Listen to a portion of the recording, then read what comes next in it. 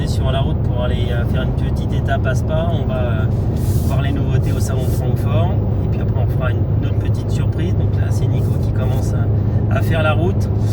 Il a déjà essayé l'auto. Donc on est dans une superbe Ford Focus ST orange. Vous verrez orange couleur Road Story. Voilà, orange. Voilà, on s'est calé. Merci Monsieur Ford de nous prêter une auto qui est collée juste pour le lancement de Road Story.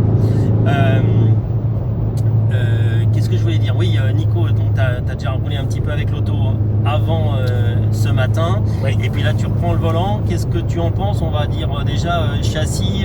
Qu'est-ce que tu en penses un petit peu Alors, déjà, il faut préciser, c'est une traction qui fait quand même 280 chevaux. Moi, j'étais assez impatient de l'essayer parce que j'ai adoré la dernière Fiesta ST, qui est une vraie réussite, avec un peu sur dans la même philosophie, on va dire. Et écoute, moi j'ai bien aimé. Alors je sais que toi t'as été un peu sceptique sur les premiers. On y reviendra. Ouais, on va attendre d'avoir un peu moi plus. Moi je l'ai essayé il y a quelques temps sur la route de Napoléon, j'avais pris vraiment du plaisir. Alors c'est une traction avant, donc effectivement si vraiment tu pousses le bouchon un peu loin, à un moment donné tu peux avoir un peu de sous-virage. Mais je trouve ça très, très cohérent en fait dans la gamme. Dans la mesure où c'est une vraie ST, moi j'aimais bien l'ancienne, mais là tu as un vrai bond en avant, je trouve, en termes de dynamisme. Et ça laisse aussi la place à une possible RS, 4 roues motrices, qui pourrait se trouver au-dessus avec un peu plus de puissance. Mais je trouve que c'est une très bonne.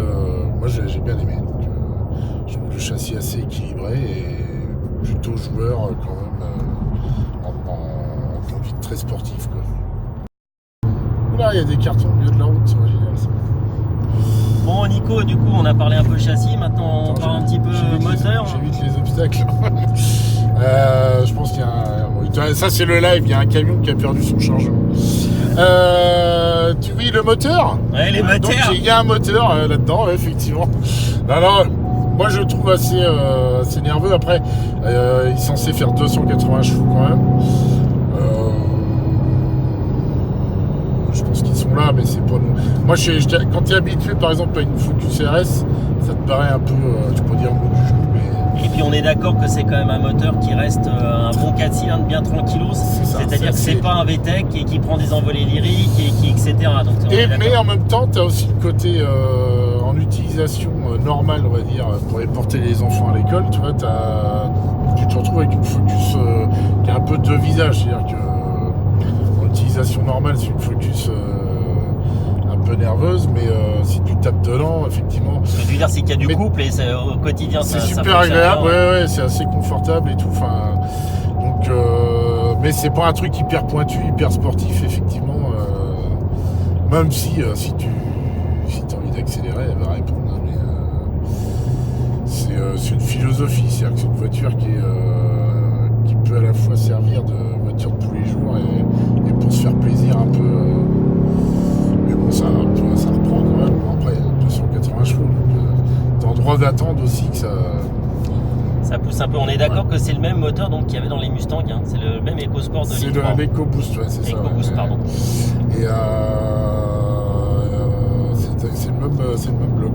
Bon, l'auto qu'on a, elle est bien équipée. Il y a l'interface qui permet de remettre le CarPlay qui met ton téléphone avec toutes les fonctions du téléphone, y compris Waze, sur l'écran. Et puis on a un affichage d'autoroute qui n'est pas désagréable. Et il y a pas mal de. Oui, non, bah, elle est super équipée. Voilà, il y a tout ce qu'il faut. Les sièges baquets, ils sont baquets, mais pas trop, ça c'est important. Notamment quand tu es comme moi, que tu as un cul d'ours. Tu vois, ils sont confortables, quoi. Et ils sont réglables aussi en hauteur, ça c'est important parce que il me semble que dans tout cas la Focus RS elle ne le faisait pas. Enfin, je crois qu'il y avait deux types de baquets, mais en général tu as des baquets aussi, tu as souvent des baquets que tu peux pas régler en hauteur. Non, mais elle est bien équipée. Et quand tu es un peu haut, tu te retrouves. Moi j'aime bien conduire près du sol et là du coup j'ai une bonne position. Tu arrives à trouver ta position. Ouais, par contre c'est vrai, je suis d'accord avec toi, on n'a pas le même gabarit et j'ai trouvé aussi facilement ma position. Ouais. C'est assez. Donc non, c'est une voiture confortable. Là, tu vois, on fait de l'autoroute. Alors, elle fait pas trop de bruit non plus. Enfin, c'est sympa une sportive qui fait du bruit, mais tu vois, quand t'as 500 bornes à faire, des fois, 500 bornes avec une abarque, des fois, tu vois, t'arrives, t'es un peu fatigué. Non, mais tu veux dire que t'arrives avec une abarque? Non, on déconne, on déconne, on aime bien, on va en faire une abarque, on aime bien. Donc, non, hey, vous ne la prêterez, hein? Non, mais on déconne. Du coup, t'as quand même une vraie voiture confortable, toi, qui peut, si tu cherches à appuyer un peu, va répondre. C'est une vraie sportive, mais qui est pas contraignante. La voiture de papa sportif. C'est exactement ça. Donc, pour avoir encore plus sportif, il faudra peut-être une hypothétique RS si elle sort un jour. Mais il y a la place au-dessus pour un truc vachement plus sportif aussi.